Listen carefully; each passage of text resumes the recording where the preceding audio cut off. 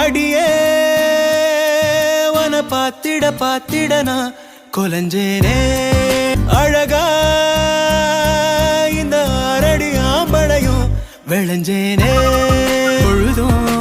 வாசனா செய்ய கூட்டுதே அடங்கா மத யானைய போல் என தாக்குதே உசுரே பார்வை சக்கரத்தை நெஞ்சுக்குள்ள சுத்த விடுதே எதுக்கு